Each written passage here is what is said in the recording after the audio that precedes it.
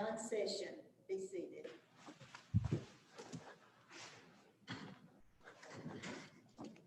Good afternoon.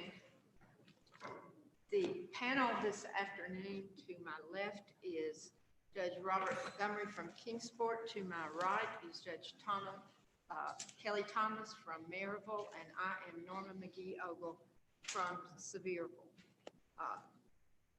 Before we get started, I would like to thank you, Council, for working with us to try to get this session set up and for all your cooperation in making it happen. And you are free to sit while you make your argument, or if you're more comfortable, you're welcome to stand. If you do not want to take your mask off, then that's not a problem, unless we can't hear you. And if we can't hear you, then we will ask that you take your mask off. It's 20 minutes per side. If you need any time for rebuttal, please let me know before you begin. And I believe we're ready for the first case. State of Tennessee versus Robert Edward Seaton. May it please the court, my name is Jonathan Harwell. I'm here on behalf of the defendant appellant Robert Edward Seaton. If I could reserve 3 minutes of my time for rebuttal. We have a great deal of faith in our adversarial system, a system that presupposes that the two parties are going to come together on a neutral playing field, going to present the strongest version of their arguments, and that the truth will emerge from that adversarial contest. Adversarial system presupposes a neutral playing field. In a situation where the court system places its thumb on the scales of justice, or is seen to place its thumb on the scales of justice, the adversarial system falls apart. I think that's the theme for the issues that I'd like to raise today. I have 3 issues. All of them relate to the testimony at trial, or information about the testimony at trial of the key defense witness, whose name was Asa Hobbs. Asa Hobbs testified after the defendant himself had testified, and his testimony strongly buttressed and corroborated the testimony of the defendant. The defense theory was that the defendant had been misled and confused by a man named Drew Lawson and had believed that he had the right to do the things that he had done. Mr. Hobbs had been involved in conversations between the two of them and corroborated what the defendant had testified to. As a sign of the importance of the testimony of Mr. Hobbs, he then became the subject of a unprecedented string of different attacks by the state seeking to impugn his credibility. And the first one I want to talk about relates to an issue with a court officer. The court officer's name was Jim Humphrey. As I said, Mr. Hobbs testified as the second defense witness. After he testified, the defense rested. The court then allowed the state to present rebuttal evidence. The state's first action was to call witness the court officer, Jim Humphrey. Mr. Humphrey took the witness stand, was sworn. At that point, the trial judge realized there was a problem, called a recess to discuss the issue with the parties. Now, Mr. Humphrey had been a court officer throughout the course of this trial, as was established partly at trial and partly in evidentiary hearing on the motion for new trial. Mr. Humphrey had been involved when the jurors first arrived, potential jurors first arrived for jury service. He had been involved in staying with them and then bringing them down to the courtroom. He had sat in the courtroom next to the jury box during jury selection and during parts of trial. He testified that he had accompanied jurors during the course of the trial on smoke breaks, which they would go upstairs in the courthouse and outside to the smoking area. He testified that he would accompany jurors back and forth between the jury room. And this is a case that was interrupted by a snow delay on one day, or a snow cancellation. Mr. Humphrey had been involved in calling a number of jurors to tell them not to come to court or the next day to come an hour late. And so he was intimately involved with the jury. They knew that he was tasked with overseeing them and that he was trusted by the trial judge. As I said, Mr. Humphrey was called to the witness stand and was sworn. but did not ultimately testify because the court realized that would have caused significant problems that had, if the problems had not been caused already. The following day, after a great deal of maneuvering, the state did not present the testimony of Mr. Humphrey, but presented the testimony of 3 other current or former law enforcement officers, all of whom talked about their opinion or their knowledge of the reputation in the community of Asa Hobbs as being an untruthful person. Our issue, as we have set out in the brief, is based on Turner versus Louisiana. And the fundamental problem, as I said, is where the court system itself comes down or is seen to come down on one side or the other. Through the mere fact of the state calling as a witness Mr. Humphrey, the jury was aware that the person that the trial judge trusted with them, the person that they had formed some measure of relationship with them during the course of the trial, that he had something helpful to say to the state. And I believe that alone was error. What takes this beyond that situation, though, was here the next day, even after Mr. Humphrey did not ultimately testify, the state called 3 other officers who provided information about their opinion as to Mr. Hobbs's character for truthfulness. And given the way that this happened, the way that Mr. Humphrey was called to the stand, the way that the jury was then told that he could not testify because he had been in a role over the jury, but that there was additional witness who would testify the next day, and the way that these other former law enforcement officers testified the following day, I think the jury could not have concluded that what Mr. Humphrey would have said had he been allowed to testify is the same kind of thing that these other law enforcement officers were allowed to testify.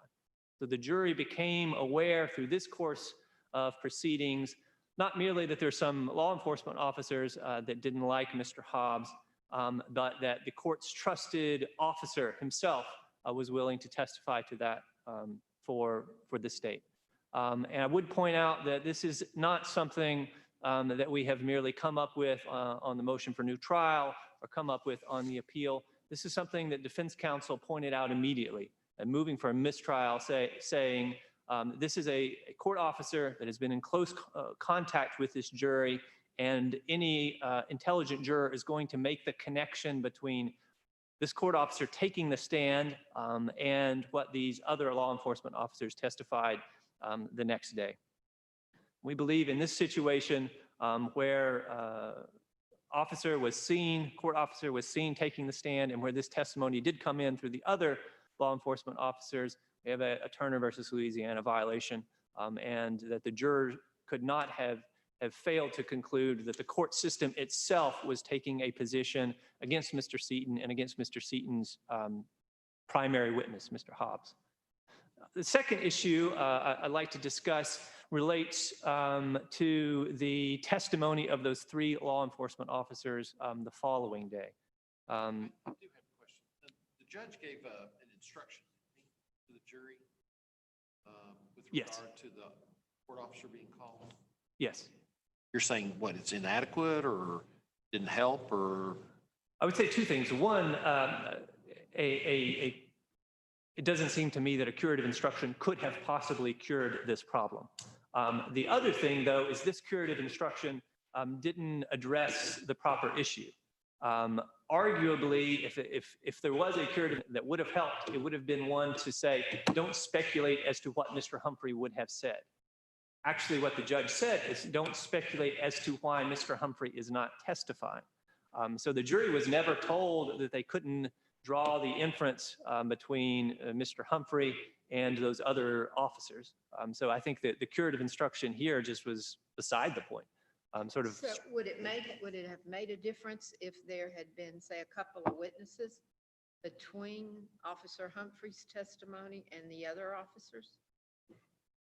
Or was, once Mr. Humphrey's put on the stand and then taken off, was that basically the problem? Was it a problem of timing? I think that would have been less problematic if there had been other witnesses. And possibly this problem would have been significantly ameliorated if the state had just rested. That's what happened in the Stanton case, as they tried to put on, a court officer decided not to, and then just came to an end. And so there was no problem of the jury saying, well, they didn't put on that guy, so we can infer that the next person gave the testimony that that guy would have done.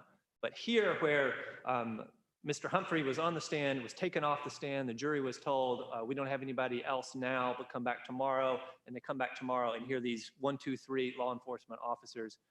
I don't think I can't see how a jury wouldn't have concluded that there's a connection between those things. Had there been some other witnesses on some other subject, that might have decreased the prejudice, but that did not happen here. Turning to these 3 officers, and sort of as a slightly different issue, what the officers was sort of established in discussions with the court beforehand is Mr. Hobbs had been well known to law enforcement back in the 80s and 90s. And defense counsel objected to any law enforcement officer coming in and offering an opinion based on contact with Mr. Hobbs back in the 80s or 90s. When you're putting on evidence under Rule 608 of character for truthfulness, the issue is not, was this person a truthful person 30 years ago? Because the jury is not evaluating that person's information from 30 years ago. The issue is the person who testified yesterday, is he now a truthful person? Let me ask you this. Was there an objection made on that basis? The state's brief seems to indicate that we could only address it under plain error. And that's correct if that's the state's position. I disagree. The way it happened is there was all of this hubbub about Mr. Humphrey. The court then ruled Mr. Humphrey can't testify, but you can put some other people on. Defense counsel, then at that point, Mr. Humphrey's out of the picture. We're talking about putting on other people. Defense counsel then stands up and says, my understanding is we're talking about opinion evidence from the 1970s, and I don't think that's what the rule is contemplating. I think it's talking about a current reputation for truthfulness. She says, in the 1970s, most of us weren't even born. The judge says, well, I was. But the judge then says, I understand your objection, but this has been made relevant by Mr. Hobbs's testimony, and so I deny the objection. So then the next day, these 3 witnesses come and testify. But defense counsel already objected with respect to them, and the court clearly made a ruling saying that they're going to be allowed to testify. So there's no need to object again at that point, basically. That's our position. As to the age of, or the age of the reputation testimony, That's correct, Your Honor. is that the basis of the issue?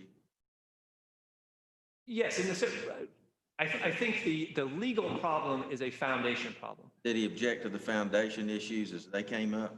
I think that is the foundation problem, that she is No, saying, I mean about, okay, go ahead.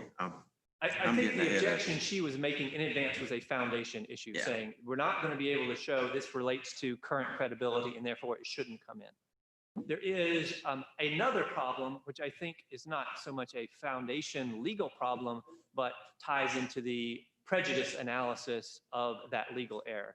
And the prejudice is that when you have officers who have testified with no foundation, they just say, yeah, we can't believe a word he says. But then when you're talking about prejudice, how significant is that? You think about, well, what is a jury going to have made of that? And I think it's unavoidable that the lesson the jury would have got from this is not so much that Chief Lyon or Mr. Bates or Captain Anburn had a negative opinion of the character for truthfulness of Asa Hobbs. The takeaway they're going to get is this is a guy that 3 officers remember from years ago. And the only reason the police officers remember somebody from years ago is if they have some reason to remember them. The prejudice is that the jury was told through the way this worked out, this is a shady character.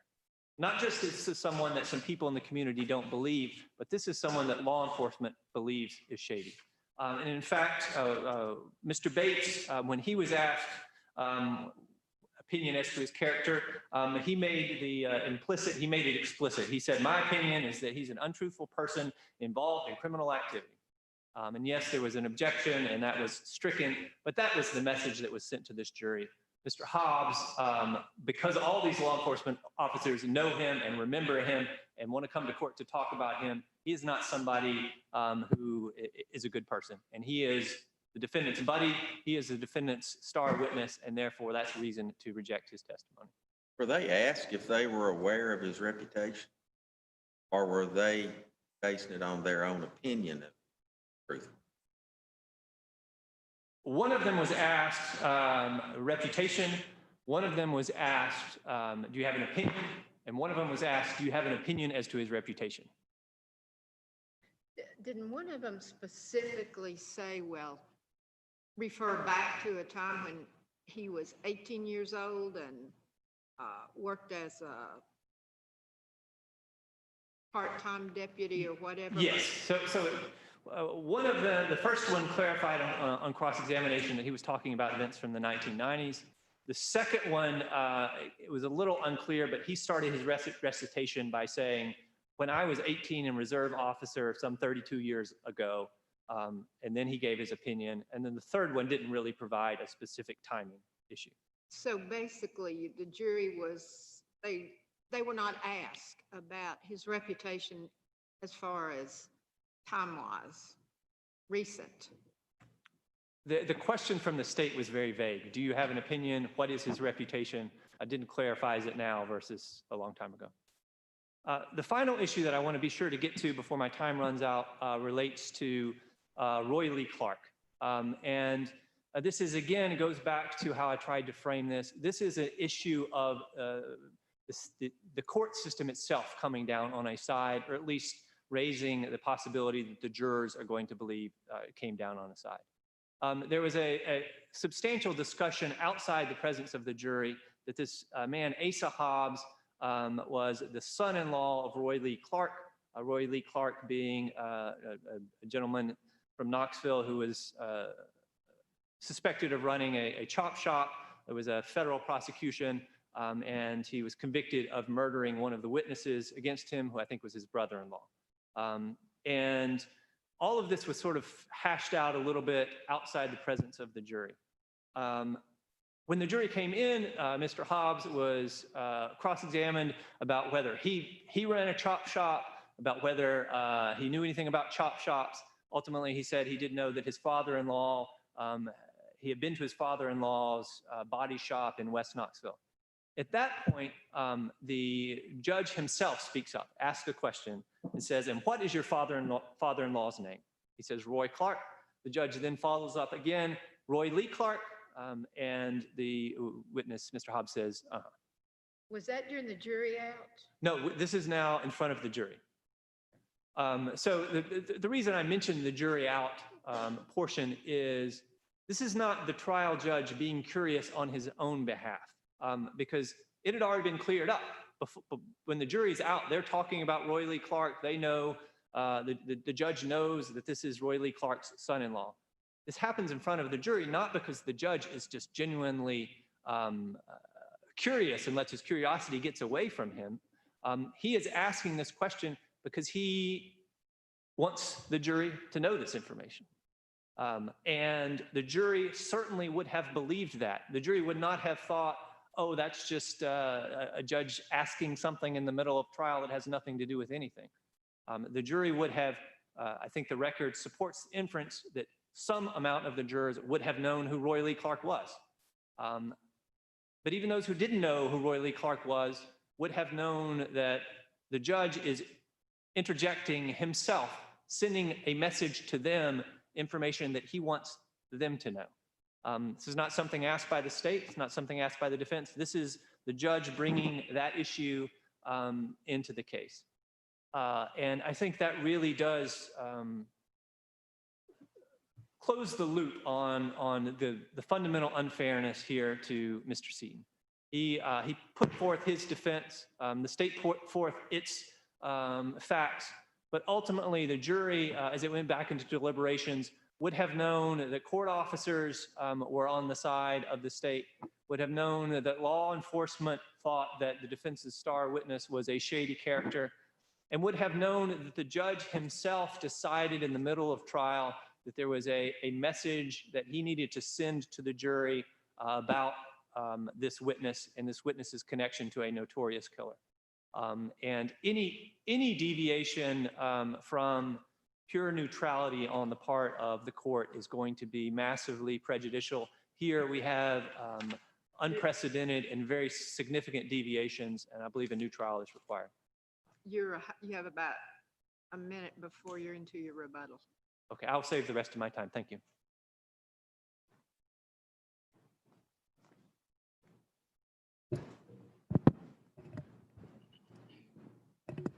May it please the court, Courtney Orr on behalf of the state. Can you hear me with the microphone? Okay. The trial court properly exercised its discretion when it denied the defendant's motion for mistrial based on Officer Humphrey's presence on the stand. The defendant relies on Turner versus Louisiana to support his argument as to this issue. However, Turner versus Louisiana does not control the analysis of this case. Turner, in all of its progeny cases, which are cited in the defendant's brief, involved testimony given to a jury from a court bailiff, which did not happen here. The problem with Turner was that if a court bailiff who has a rapport and a relationship with the jury outside of the courtroom is necessarily prejudicial because the jury could not determine that officer's credibility based solely on the information he imparts in the courtroom. Their credibility determination would necessarily be tainted with their outside interactions with that officer. Here, we do not have that problem. Officer Humphrey was called to the stand, and the court immediately called for a jury out hearing to address his testimony and excluded Officer Humphrey's testimony before he uttered a word of testimony to the jury. How does the jury not know by that this man used something that was going to help prosecute? They wouldn't have called him as a witness even though he didn't testify.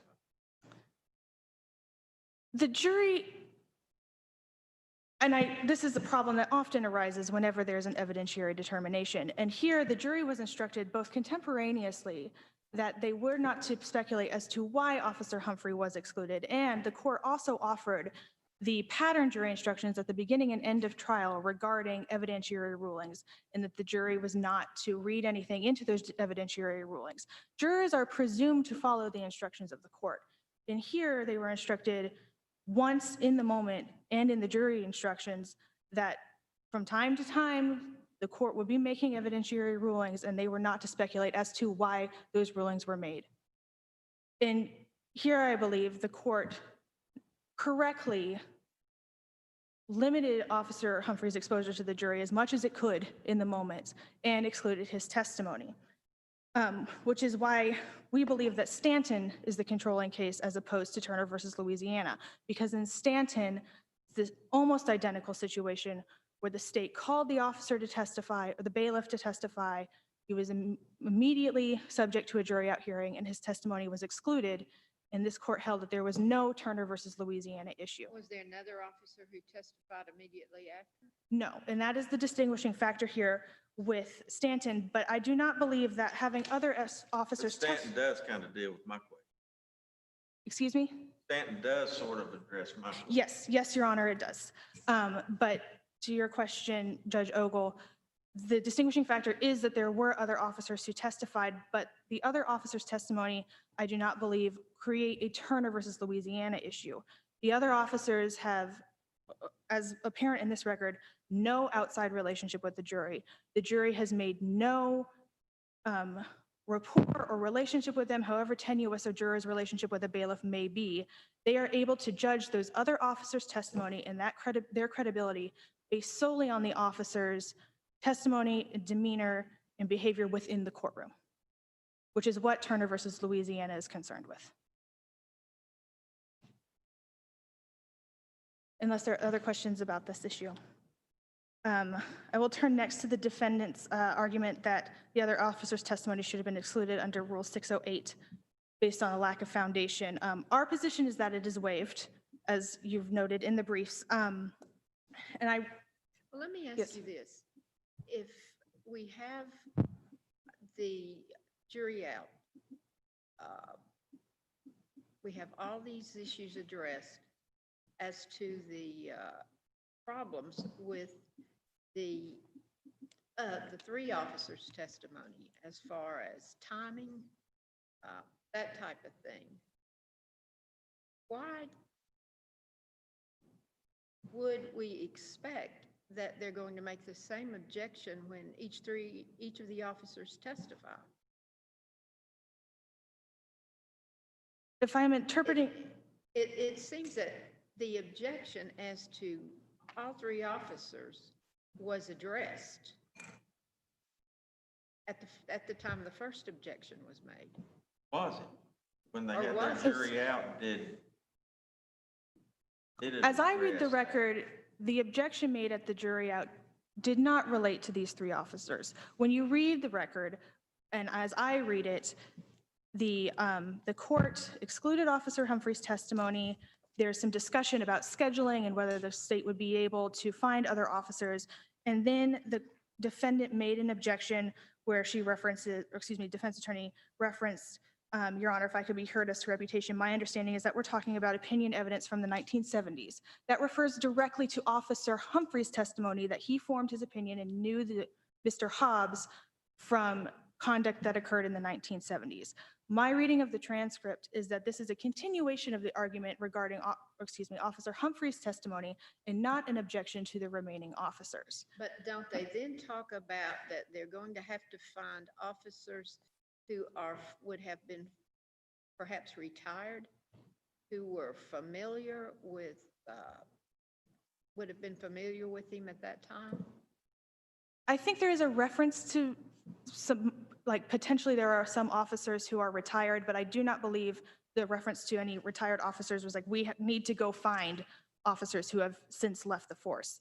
It was more, we're trying to figure out somebody who would be able to testify as to, or is familiar with Mr. Hobbs and would be able to testify as to his reputation or their opinion of his character for truthfulness. When you read the record, you will see that the state was caught a little bit off guard, it seems like, and they were trying to kind of, to use a colloquialism, fly by the seat of their pants to, Well, I actually did Yeah. look at that part of the record, which, as you know, we usually don't. yes. And I think maybe the trial judge even suggested, well, maybe you need to talk to one of the secretaries in the office who would have been around during that time. I don't think And that, I read that hurriedly. I'm sorry? I read that, just glanced at it. Yes, this was all again within the discussion of the state was trying to just basically making a generalized statement of we are trying to find officers who would be available and who would know them. And that is a combination, I believe, of, the age of some of these officers who would know Mr. Hobbs. Some of it was, I believe, the weather. This was during a snowstorm, this trial occurred. And all of these things played into it. But that being said, I do not believe that the defendant's specific argument that the 1970s was too remote to form a foundation for any reputation or opinion testimony related to Officer Humphrey's testimony instead of the remaining officers. So that- when that remark was made, objection or however you characterize it, it was still an issue as to whether or not Humphrey would testify, or had the judge already said that Humphrey's not going? The judge had already excluded Officer Humphrey's testimony, yes. Why wouldn't that relate to something that could happen opposed to something that wasn't? If I say it's related to Humphrey because we already know that Humphrey's not testifying. Am I making sense? Yes, Your Honor, yes.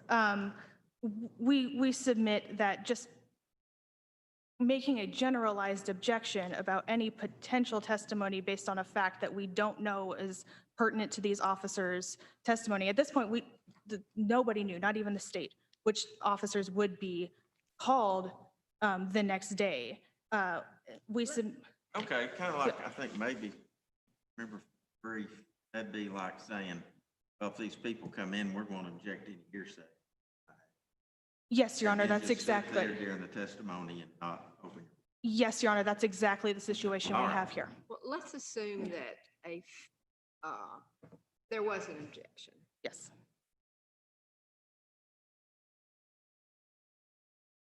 Can you say the state properly laid the foundation? I would like to address that question in two parts, because based on the defendant's argument here today, I believe we're discussing a foundation for the age of the reputation or opinion testimony, and additionally, possibly, in terms of any reputation testimony, the knowledge That's of fine. public. Okay. At some point address that. Yes. As to the age of the reputation testimony or opinion testimony, there is really nothing in this record to say how old the conduct that these officers are relying on is. One officer testified that he first became aware of Mr. Hobbs in the 1990s, shortly after he joined the force, but he did not relate that first awareness to his opinion. So I would candidly tell the court that there is not much in this record to establish the age of the conduct on which they are relying. That being said, even if, assuming arguendo, that this court were to find that there was not sufficient foundation laid for the age of the testimony, we would submit that any error under plenary review, if there's an objection, would be harmless, because Mr. Hobbs' testimony only related to a small section of the defendant's testimony in this case. The only thing that Mr. Hobbs could testify to was the labor exchange that he supposedly entered with Mr. Seaton that necessitated the procurement of this Bobcat. The defendant also went on to testify about the actions that happened that night. He testified that he did not drive the car. He testified that he was not evading officers when they were trying to get him out of the wood line. He was instead just praying to ask for divine guidance. The jury very clearly discredited Mr. Seaton's testimony, even without Mr. Hobbs' corroborating evidence, because they convicted the defendant of driving on a suspended license, for which Mr. Hobbs had absolutely no knowledge or testimony to provide, and they convicted him of evading arrest, which again, Mr. Hobbs could not testify to. So if there is insufficient foundation for the age of the testimony, we would submit that it is harmless. And turning to the knowledge of a public reputation, which I believe is not squarely addressed in the briefs, which has been hinted at today, that is absolutely waived, because there was no objection based on any reputation evidence that there was insufficient knowledge about the larger public reputation for Mr. Hobbs. And we would submit that it would be unnecessary to do substantial justice for the same reasons that I just addressed regarding Mr. Seaton versus Mr. Hobbs' testimony. Unless there are other questions, turning quickly to the reference to Mr. Clark, the trial court again properly exercised its discretion when it denied the defendant's motion for mistrial based on this reference to Mr. Clark. In short, there's nothing in this record that would show that the jury or would support an inference that the jury would know who Roy Lee Clark was. There are, I believe in the voir dire, there's a reference to 2 jurors that were alive in the 1970s. There's absolutely no reference as to where they lived, if they lived in Knoxville, if they were familiar with Knoxville. And there's absolutely nothing in the record to show that the jurors would have known who Roy Lee Clark were in Knoxville, would have been exposed to any information about Roy Lee Clark at the time of his ongoing trial in federal courts. And as this court has said in State versus Talley, a defendant simply cannot establish a manifest necessity for a mistrial due to comments made in front of the jury when he can only offer speculation as to what the effect of those comments would have been. And here, all we have in this record are speculation as to what the jury would have read into the court's questions in or who Mr. Clark was. So unless there are any further questions from this court, we will rest on our brief for the remaining issues, and we ask that you affirm the judgment of the trial court. Thank you. A few brief points. First, just to go back to Stanton, I think Stanton, even on its holding, is a very different issue. That was a case where a couple of people saw the defendant actually break into a house and shoot the decedent. There was the court officer involved actually did not have any direct contact with the jurors, was just a supervisor of the actual bailiffs. And most importantly, there was no request for a mistrial in that case. Here, obviously, defense counsel put on the record as soon as this happened and as soon as she understood the significance of this, that this was going to be a real problem. I think the court has mostly cleared up the objection issue as to the foundation. Just to reiterate, in the transcript at page 399, there's a firm ruling by the court that Mr. Humphrey is not going to testify. On 401, 2 pages later, defense counsel is objecting not to the issue that has already been ruled on, but the new issue. And at 401, the trial judge says, "Understand your objection. His reputation for truthfulness is at issue. I'm going to allow this testimony, but it's not going to be from my bailiffs." I think that's a clear ruling, overruling the foundation argument as to anyone other than allowing other people to testify, and that's what ultimately happened. The state seemed to say there was nothing in the record suggesting that the reputation evidence dated back to the 1990s when Chief Lyon testified, the first of the 3 law enforcement witnesses. Cross-examination, page 430, says, "Your testimony that Mr. Hobbs has a bad reputation for truthfulness, that is based on conduct from the 1990s. And the answer, yes, ma'am. So clearly his testimony was based on old, it wasn't just saying that's when he first came in. That was cross-exam? Yes. One substantive point that I had not discussed previously is I think the state is wrong to discount the importance of Mr. Hobbs' testimony. The defendant testified in this case. He said that he was confused as to who had the right to access this Bobcat because he believed that Drew Lawson was the rightful owner. And he believed that there was an exchange that was set up, that this Bobcat wasn't going to be taken permanently. It was going to be used for the weekend and returned at the end of the weekend. And that's what he thought was happening when the security guy comes out. Everyone agreed. Mr. Seaton actually said, we have the right to take this. Things then degenerated, but that was his testimony. But in a way, that's a little bit maybe far-fetched to think that this was what was going on, that he really didn't understand that Drew Lawson wasn't the real owner of Southern Landscaping. And that's where Mr. Hobbs came in, because Mr. Hobbs, a third party who's not on the hook for any of these charges, testified he had the same understanding. He had been participating in those conversations. He thought Drew Lawson was a rightful owner of this company. He thought Drew Lawson had the ability to authorize this temporary use of the Bobcat, and he, in fact, was part of the exchange that was set up. So the fact that the jury ultimately convicted Mr. Seaton of a lesser charge of facilitation, if anything, it points to the importance of Mr. Hobbs' testimony. So if Mr. Hobbs had been credited by the jury, Mr. Seaton was not guilty. But after Mr. Hobbs was dirtied in every possible way, it's not surprising that the jury did not accredit his testimony. And the final point I'll make, just as to the issue of whether any of the jurors would have known who Roy Lee Clark was, I think the record certainly supports an inference based on the comments of the trial judge that he believed that would have been common knowledge for people of a certain age. Defense counsel says, I went back to my office and I looked it up and now I know who this person was. And the trial judge says, yeah, I bet a bunch of the older lawyers in your office know. The state certainly had an opportunity to object and say, no one's ever heard of Roy Lee Clark. And the state did not do that. But the final, most fundamental point is, if the jurors wouldn't have known who Roy Lee Clark was, then what's the point of the judge asking that question to Mr. Hobbs? I think it's implicit in everything that happened.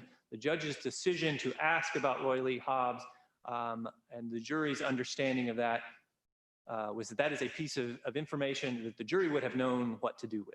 And in fact, I think the jury made the decision of what to do with that, and we are asking for a new trial, which that information will be kept from the jury. Thank you. It's very helpful to the court when we have good arguments and good briefs. And I want to compliment you both on your briefs and your argument this afternoon. Thank you, I was Your Honor. sitting here thinking the same thing. You all both did very, very good. Thank you, Your Honors. We're going to take a short, well, it's not going to be a short recess. About 45 minutes. At 45 minutes before we take up the next case so that 30. they can get the courtroom sanitized. All ayes.